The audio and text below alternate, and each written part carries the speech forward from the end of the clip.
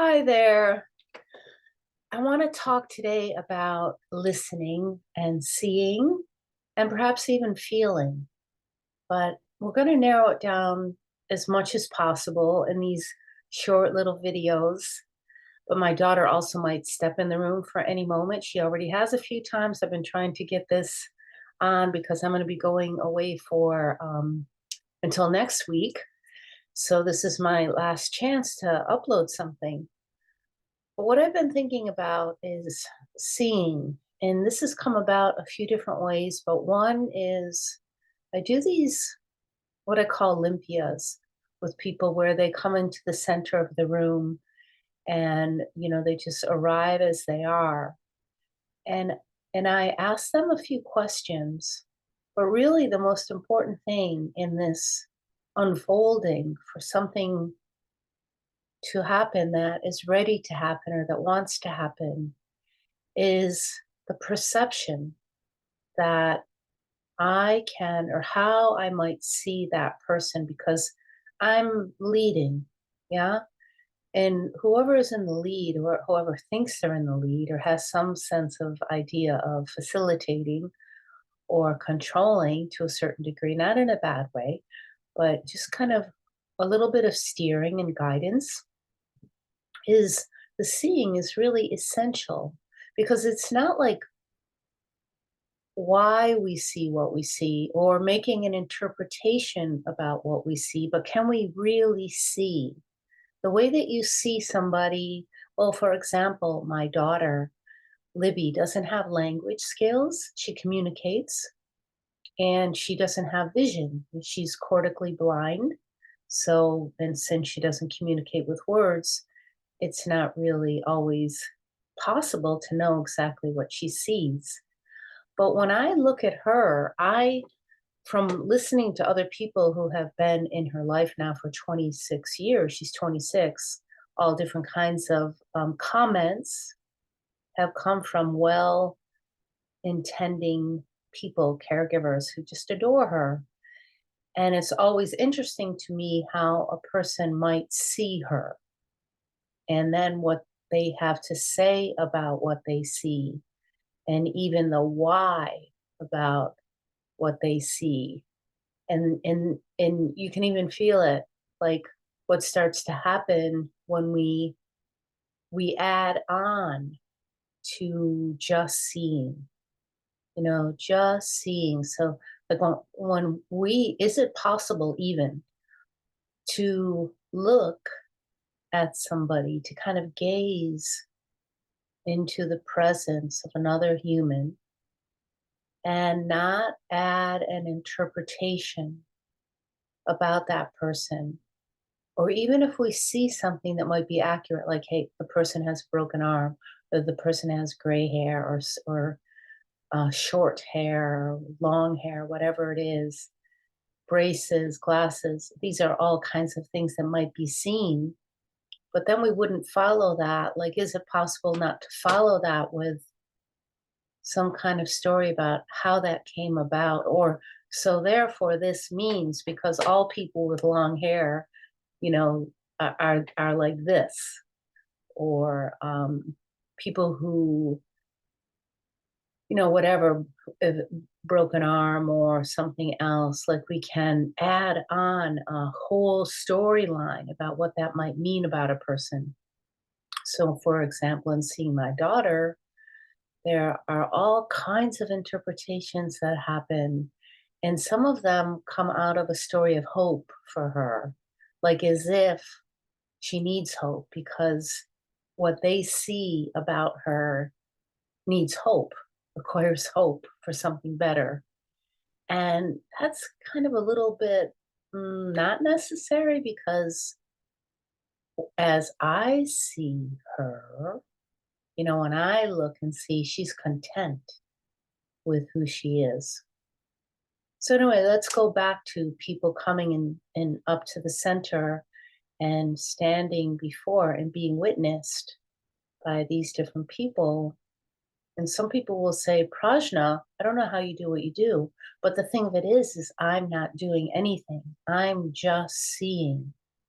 I'm just seeing without adding anything to what I see, without making a decision about what I see, without interpreting what I see to mean something or adding anything on, so I'm not cloaking the person with something that may not at all belong to them.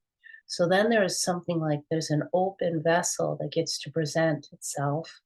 And then the next part for me is listening. So then can I listen, or are you listening? Are you listening? Like, what is raw, pure listening like when we can just allow words without, the impulse? I mean, there may be an impulse to respond, and that's fine, but can we slow down enough to allow words to land in us and to kind of listen in an unlayering way, like to unlayer like what our initial reaction might be to those words, or a triggering that may have happened, a resonance, how it has impacted us.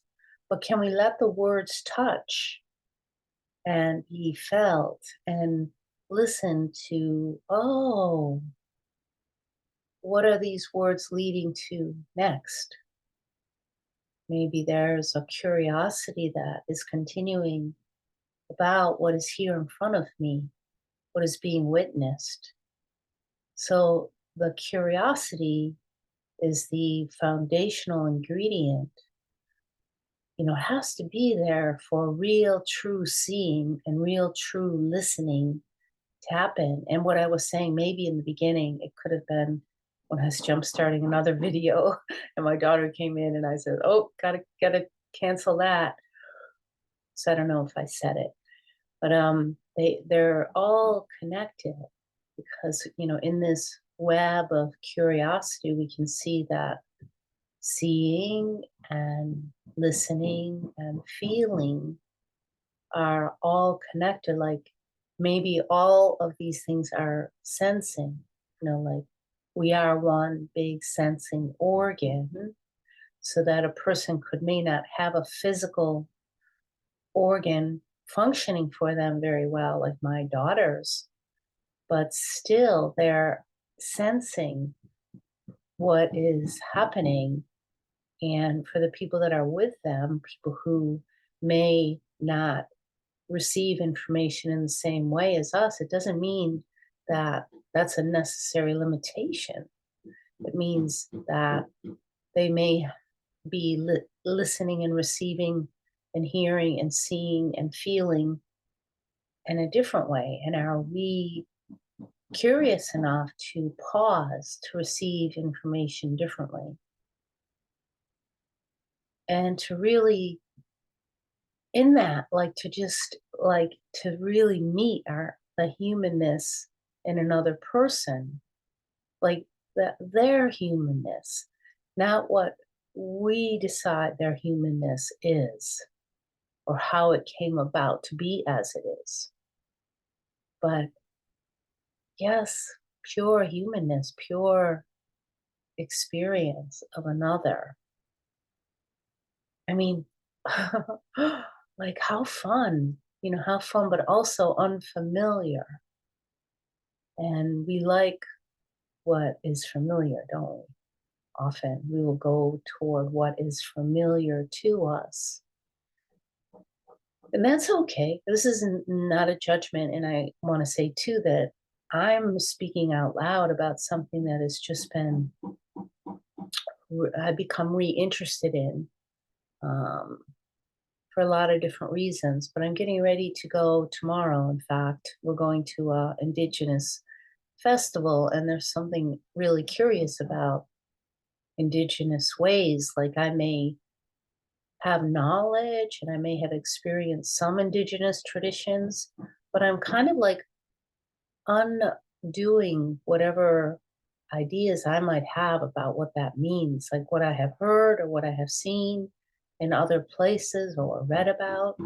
But can I arrive with this kind of pure seeing, just to see what is there and to listen to what is there, to really have the experience of what is there, not what I put on top of the experience. And I'm not saying there's anything wrong with that once again, but I'm kind of like, this is an opportunity.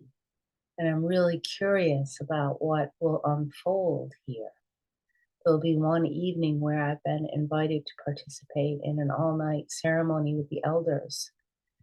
And most of them, I think, are from Mexico, but some are traveling from all over the world. And I'll be working with a plant that is similar to peyote. Now, some of you who have been listening to me for a long time know that I am trained to work with certain plant medicines out of South America. And I've spent a lot of time in Peru. But this particular tradition or plant is not familiar to me. So I am going to arrive as a beginner, someone who knows nothing about it, respectful and in honor and in curiosity of what the offering is, and to be in reciprocity with that, because my sense, my feeling is in the same way that when people show up to any kind of meeting or circle, like when we show up in a kind of a rawness, an openness, curiosity, we can experience more directly what is actually there. We can see and we can feel and we can listen without these layers of our own conditioning or what we've picked up in our culture, in our textbooks, in our news, in the media, from a friend, from a family member, so on and so forth, all the different channels in which we can receive information, and it can impact and imprint and interject, and it can interfere with what is actually being presented to us. So I'm just super curious about that. And I want to invite, I mean, it's not an obligation at all, but I'm really curious if you would like to comment about your own seeing, like, what is it that you see, on a regular basis? What is it that you see? Are you actually seeing?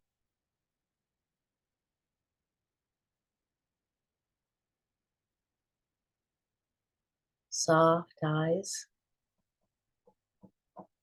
like a gazing in to what's in front of us. Not a cold stare, but just a warm looking that is curious to see what's actually there. And how does, from that seeing, from seeing the humanness before us, or the beingness, the plantness, the earthness, whatever it is, when we actually see without then adding anything to it about what we see or what we think we might see, but we just see, then we're more in an open position of curiosity to listen to what is being presented or what it's actually saying, so that we're receiving. So both are happening at the same time, yeah? So we're receiving, but we're giving in our listening. We're receiving what's actually there. So there's an exchange.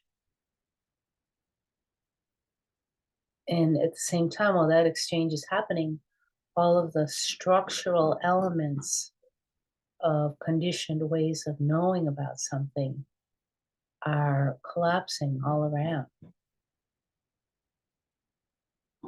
And we're in this beauty and wonder that can be very unfamiliar until it's not. So I'm Prajna O'Hara, and this is my channel, and I'd love to hear from you. And take really good care of yourself. Hope to see you next week.